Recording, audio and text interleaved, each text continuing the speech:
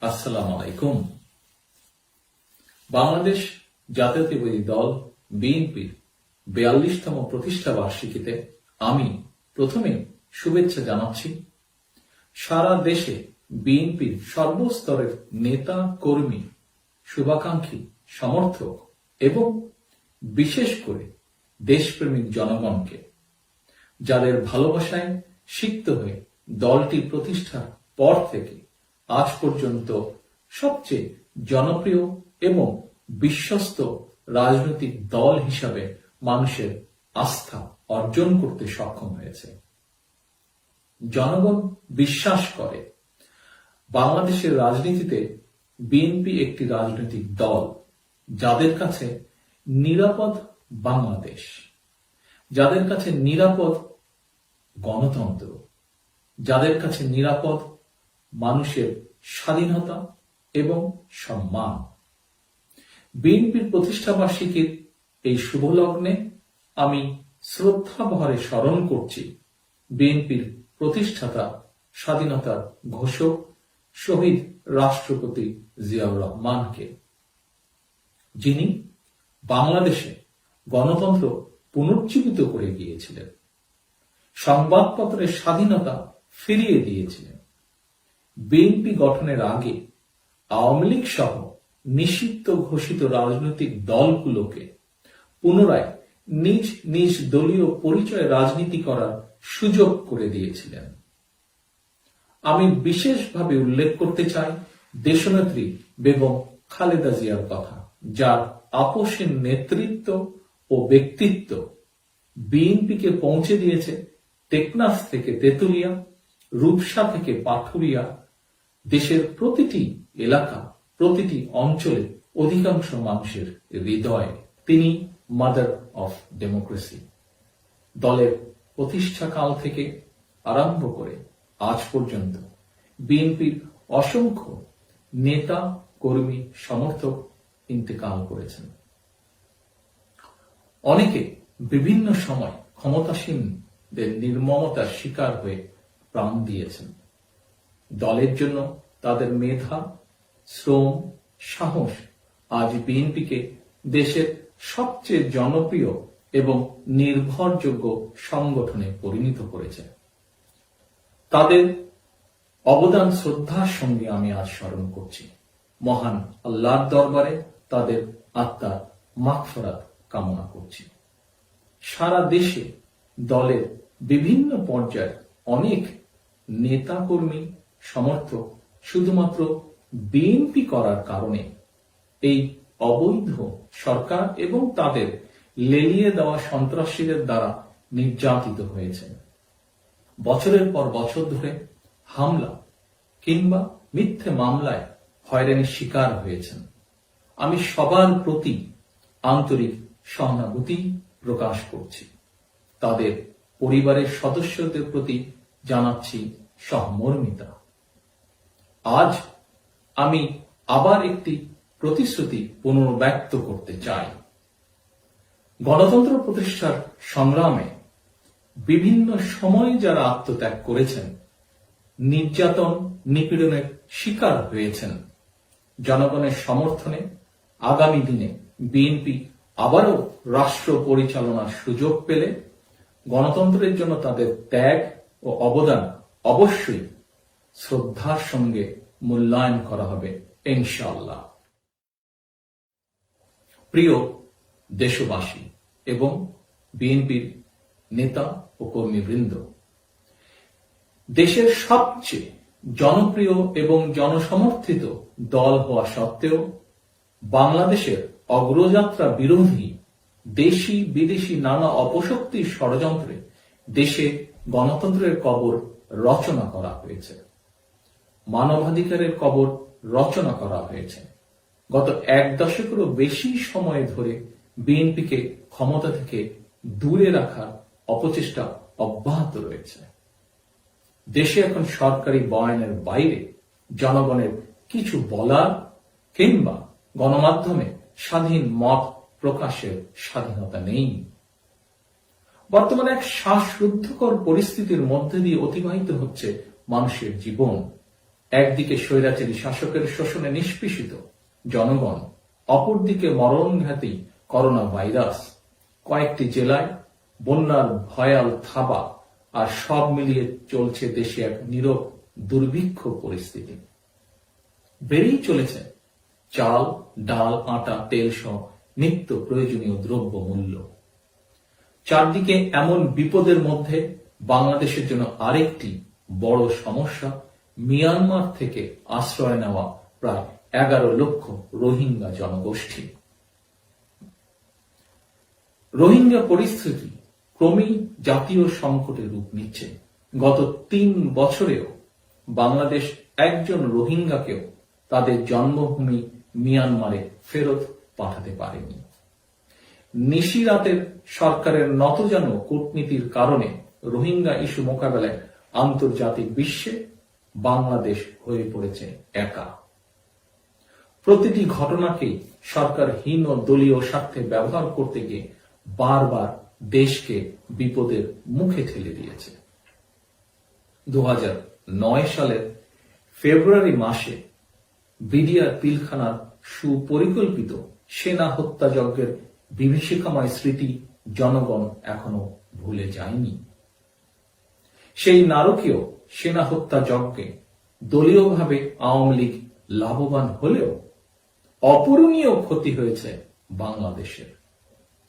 BDR বিদ্রোহের নামে পিলখানায় সেনা হত্যাযজ্ঞ না ঘটলে এত বিপুল সংখ্যক রোহিঙ্গা জনগোষ্ঠীকে বাংলাদেশের দিকে কেউ ঠেলে পাঠানোর সাহস পেত কিনা, অথবা অবসরপ্রাপ্ত মেজর সিনহাকেও এভাবে পুলিশের হাতে নির্মমভাবে প্রাণ দিতে হতো কিনা জনমনে এমন জিজ্ঞাসা রয়েছে। মেজর সিনহার নির্মম হত্যাকাণ্ডে আবারও প্রমাণিত হয়েছে ক্ষমতা টিকিয়ে রাখতে বর্তমান সরকার পুলিশ বাহিনীর ভেতরে একটি পেশাদার খুনি বাহিনী তৈরি করেছে।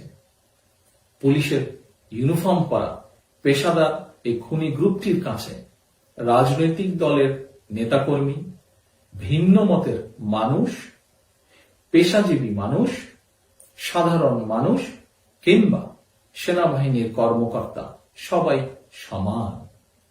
এই খুনি গ্রুপটি যাকেই খুন করুক তাকে সরকার বিরোধী প্রমাণ করা গেলে 7 খুন মাফ। ফলে মেজর সিনহা হত্যাকাণ্ড কোনো বিচ্ছিন্ন ঘটনা নয়, বরং টেকনাফে ওসি প্রদীপের সাম্রাজ্যে এটি তার 205 নম্বর হত্যাকাণ্ড। শুধু টেকনাফ থানাতেই নয়, দেশের প্রতিটি থানাতেই এভাবে হত্যাকাণ্ড চলছে।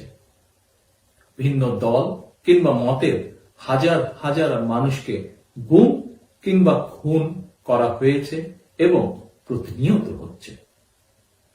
প্রিয় দেশবাসী, অবহিত বর্তমান ক্ষমতাসীন সরকারটি একাধারে প্রায় 11 বছর ধরে রাষ্ট্র ক্ষমতা দখল করে আছে। একটি রাজনৈতিক দলের একটানা এতদিন ক্ষমতায় থাকার পর প্রতিপক্ষ রাজনৈতিক দলের বিরুদ্ধে মিথ্যাচারের পরিবর্তে এতদিন তাদের নিজেদের সাফল্যের কথা বলার মতন সক্ষমতা অর্জন করার কথা।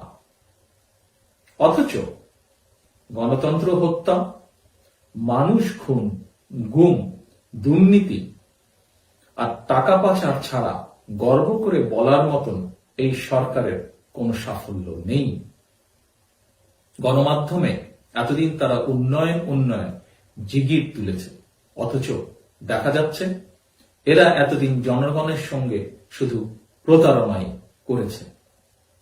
বাস্তবতা হল প্রতিটি মন্ত্রণালয়, প্রতিটি দপ্তর, অধিদপ্তর, প্রতিটি সেক্টর, প্রতিটি বিভাগ, সরকারি প্রতিটি প্রতিষ্ঠানই দুর্নীতি, লুটপাট, অবিচার, অনাচার আর প্রতারণায় নিমজ্জিত।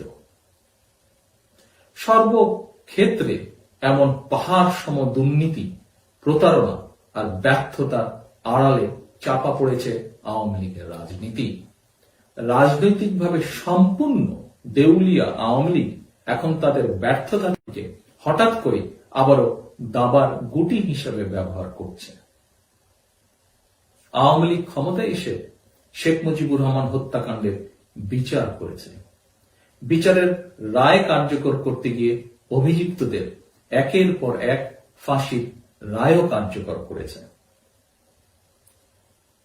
তাই আমরা মনে করি এটি এখন একটি মীমাংসিত বিষয় হতে পারত, কিন্তু সেটি হয়নি, বরং দেখা যাচ্ছে আওয়ামী লীগ নিজেরাই সেটি হতে দিচ্ছে না।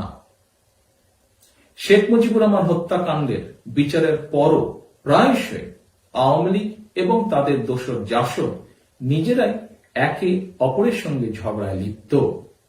শেখ মুজিব হত্যাকাণ্ডের সময়কার সেনাপ্রধান এবং ক্ষমতাসীন আওয়ামী লীগের সাবেক এমপি জেনারেল শফিউল্লাহ প্রকাশ্যেই বলেছেন শেখ মুজিব হত্যাকাণ্ডের সঙ্গে শেখ সেলিম জড়িত। পাল্টা জবাবে শেখ সেলিম খোদ জেনারেল শফিউল্লাহর দিকেই অভিযোগের আঙ্গুল তুলেছেন। অপরদিকে আওয়ামী লীগের অভিযোগ শেখ মুজিব হত্যাকাণ্ডের জন্য জাসদ দায়ী। আবার জাসদের অভিযোগ শেখ মুজিব হত্যাকাণ্ডের দায় আওয়ামী লীগের। এর প্রমাণ শেখ মুজিব হত্যাকাণ্ডের পরে গঠিত সরকারের মন্ত্রিসভায় সবাই ছিলেন আওয়ামী লীগের কেন্দ্রীয় নেতা। শেখ মুজিবুর রহমানের হত্যাকাণ্ড নিয়ে একদিকে তারা নিজেদের মধ্যে বাকযুদ্ধে লিপ্ত, অপরদিকে চলছে নিজেদের মধ্যে ক্ষমতার ভাগ বাটোয়ারা। এমন পরিস্থিতির মধ্যেই সম্প্রতি শেখ হাসিনা এবার হঠাৎ করে শেখ মুজিবুর রহমান হত্যাকাণ্ডের সঙ্গে স্বাধীনতার ঘোষকের নাম জড়িয়ে জনমনে বিভ্রান্তি সৃষ্টির অপচেষ্টায় লিপ্ত। আমরা মনে করি শেখ মুজিব হত্যাকাণ্ডের বিচার সম্পন্ন হয়েছে। এই ঘটনার সঙ্গে কোনোভাবেই স্বাধীনতার ঘোষকের সংশ্লিষ্টতা কোনো বিশ্বাসযোগ্য তথ্য প্রমাণ পাওয়া যায়নি। ফলে শেখ হাসিনা কিংবা আওয়ামী লীগের রাজনৈতিক উদ্দেশ্য প্রণীত মিথ্যাচারের জবাব দিয়ে ভিত্তিহীন একটি অভিযোগের গুরুত্ব বাড়ানোর প্রয়োজন আছে বলে বিএনপি মনে করে না। কারণ শেখ হাসিনা কিংবা ওবায়দুল কাদেরের কথায় ইতিহাস রচিত হয় না, ইতিহাস উদ্ভাসিত হয় তার আপন আলোয়। শেখ হাসিনা কিংবা ওবায়দুল কাদেরের কথায় হয়তো আওয়ামী লীগ আনন্দিত হতে পারে, কিন্তু মানুষের কাছে শেখ হাসিনা কিংবা ওবায়দুল কাদেরের কথার গুরুত্ব নেই। জনগণ তাদের কথাও বিশ্বাস করে না। জনগণ যদি তাদের কথা বিশ্বাস করত, তাহলে বারবার তাদেরকে বিনা ভোটে কিংবা নিশিরাতের হিসাব নিকাশে ক্ষমতা আঁকড়ে থাকতে হতো না। বরং আওয়ামী অপশক্তির অতীত কার্যকলাপ প্রমাণ করে, যখনই আওয়ামী লীগ তাদের কোনো ব্যর্থতা আড়াল করতে চায় অথবা গণবিরোধী কোনো অসৎ উদ্দেশ্য বাস্তবায়ন করতে চায় কিংবা দেশের স্বার্থ বিরোধী কোনো পদক্ষেপ গ্রহণ করে, তখনই তারা একটি অহেতুক ইস্যু সৃষ্টি করে জনগণকে ব্যস্ত রাখার চেষ্টা করে।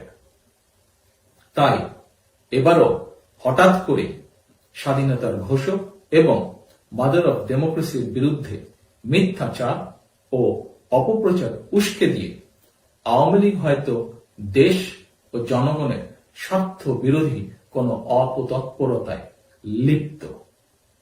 এ ব্যাপারে দেশপ্রেমিক জনগণের প্রতি আমার আহ্বান, সতর্ক এবং সজাগ দৃষ্টি রাখুন।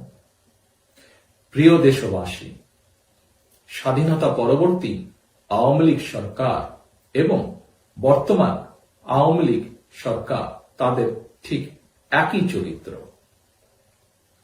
দলটির শুধু নেতৃত্ব পরিবর্তন হয়েছে, চরিত্র পরিবর্তন হয়নি।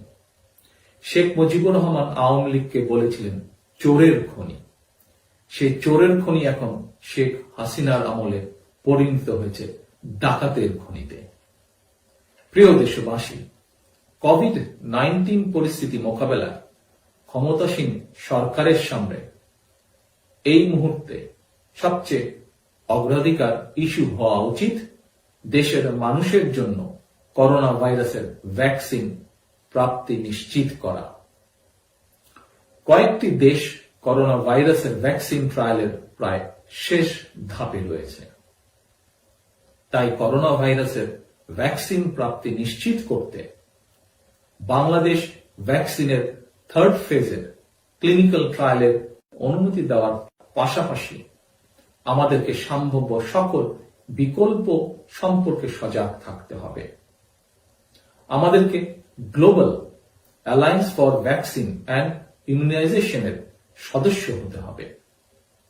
বিশ্ব স্বাস্থ্য সংস্থা এবং ভ্যাকসিন গবেষণা ও উৎপাদনকারী প্রতিষ্ঠানগুলোর সঙ্গেও নিবিড় যোগাযোগ স্থাপন করতে হবে, যাতে যথাসময় করোনা ভ্যাকসিন পেতে বাংলাদেশকে সমস্যায় পড়তে না হয়। তবে দুর্নীতিতে চ্যাম্পিয়ন শেখ হাসিনা সরকারকে সতর্ক করে দিয়ে বলতে চাই, করোনা ভ্যাকসিন সংগ্রহে দুর্নীতির আশ্রয় নেবেন না। মানুষের জীবন বাঁচি রেখে দুর্নীতি করবেন না।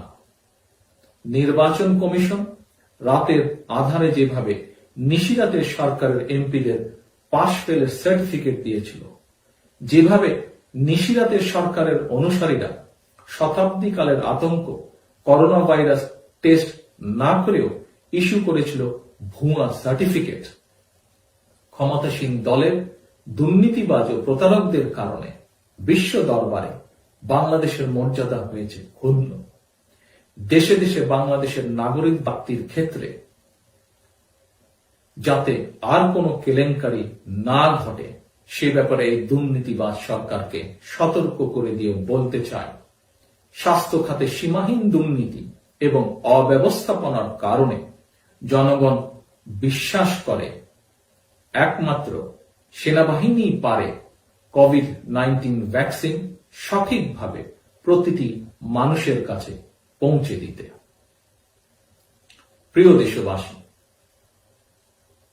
বিএনপি রাষ্ট্র পরিচালনায় অভিজ্ঞতা সম্পন্ন একটি দল। জনগণের সমর্থন নিয়ে বিভিন্ন মেয়াদে বিএনপি একাধিকবার রাষ্ট্র পরিচালনার সুযোগ পেয়েছে।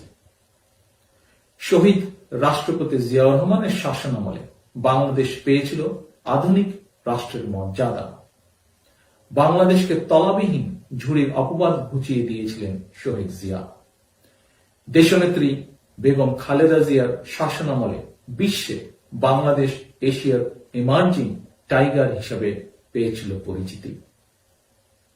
এই বাস্তবতায় বিএনপির 42তম প্রতিষ্ঠা বার্ষিকীর এই শুভ লগ্নে আমি দেশ এবং জনগণের স্বার্থে ক্ষমতাসীনদের প্রতি একটি আহ্বান জানিয়ে বলতে চাই, মিথ্যাচার, প্রতিহিংসা এবং কূটতর্কের রাজনীতি থেকে বেরিয়ে আসুন।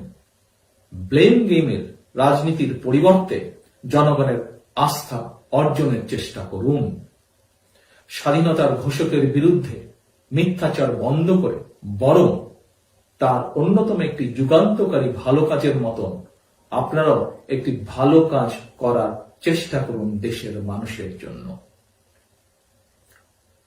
প্রিয় দেশবাসী, আপনাদের অনেকেরই মনে থাকার কথা, ডিপথেরিয়া, হোপিং কফ, ধনুষ্টঙ্কা, পোলিও, হাম এবং যক্ষ্মা এই 6টি রোগ মোকাবেলায় 1979 সালের 7 এপ্রিল তৎকালীন রাষ্ট্রপতি জিয়াউর রহমান বাংলাদেশে প্রথমবারের মতো প্রতিটি শিশুকে বিনামূল্যে সার্বজনীন বিসিজি টিকা দান বাধ্যতামূলক করেছিলেন। শহীদ জিয়ার দূরদর্শী সেই সিদ্ধান্তটি ছিল রাষ্ট্রের পক্ষ থেকে নাগরিকদের জন্য একটি বিনিয়োগ। এ প্রসঙ্গে আমি চিকিৎসা বিজ্ঞান সাময়িকী সেল রিপোর্টার্স মেডিসিনে গত 5 অগস্ট প্রকাশিত একটি গবেষণা প্রতিবেদনের কথা উল্লেখ করতে চাই। নেদারল্যান্ডস, অস্ট্রেলিয়া, ডেনমার্ক, গ্রিস ও জার্মানির বিভিন্ন বিশ্ববিদ্যালয় ও গবেষণা প্রতিষ্ঠানের 24 জন বিশেষজ্ঞের একটি গবেষণা নিবন্ধে বলা হয়, বিসিজি টিকা নেওয়া ব্যক্তিদের করোনা ভাইরাস জনিত অসুস্থতা কম থাকে। সুতরাং এটি প্রমাণিত বিনামূল্যে বাধ্যতামূলকভাবে বিসিজি টিকা দেওয়ার ব্যাপারে শহীদ জিয়ার সেই দূরদর্শী সিদ্ধান্তটির সুফল বর্তমানে বাংলাদেশ পাচ্ছে। শহীদ জিয়া যেভাবে প্রত্যেক শিশুর জন্য বিনামূল্যে বিসিজি টিকা দানের ব্যবস্থা নিয়েছিলেন, একইভাবেও বর্তমানে দেশের প্রতিটি নাগরিকের জন্য বিনামূল্যে করোনা ভাইরাসের টিকার ব্যবস্থা করতে হবে। কারণ বিনামূল্যে করোনা ভাইরাসের টিকা পাওয়া সকল নাগরিকের অধিকার। এটি নাগরিকদের মৌলিক মানবাধিকার। প্রিয় জাতীয়তাবাদী শক্তির নেতা, কর্মী, সমর্থক এবং শুভাকাঙ্ক্ষীবৃন্দ, পরিশেষে আমি আপনাদের দৃষ্টি আকর্ষণ করে বলতে চাই, আসুন আমাদের উদ্দেশ্য, আমাদের স্লোগান, আমাদের লক্ষ্য হোক একটি। দেশ নেত্রী সেই আহ্বান, দেশ বাঁচাও, মানুষ বাঁচাও। তাই দেশ বাঁচাতে, মানুষ বাঁচাতে কারো আদেশের জন্য অপেক্ষা করার প্রয়োজন নেই। সময় পরিস্থিতি বিবেচনা করে যার যার নিজ এলাকায় নিজ অবস্থান থেকে ঐক্যবদ্ধভাবে গুম, খুন, অপহরণ, দুর্নীতি, অন্যায়, অবিচার, অনিয়মের বিরুদ্ধে ঐক্যবদ্ধভাবে রুখে দাঁড়ান।